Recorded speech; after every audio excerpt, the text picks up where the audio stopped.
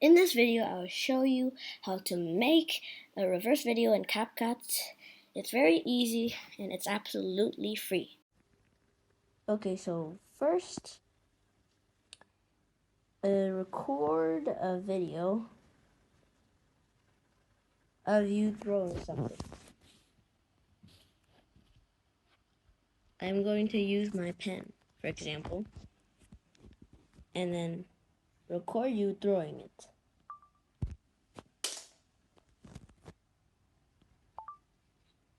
After that, open CapCut. You'll get this.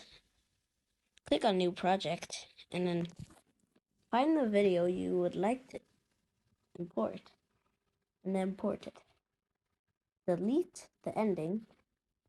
Click on the main video, and then scroll until you see the word reverse.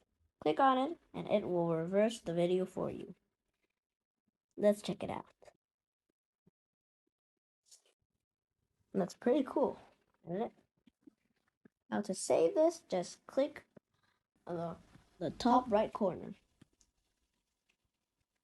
and then it will save it to your device.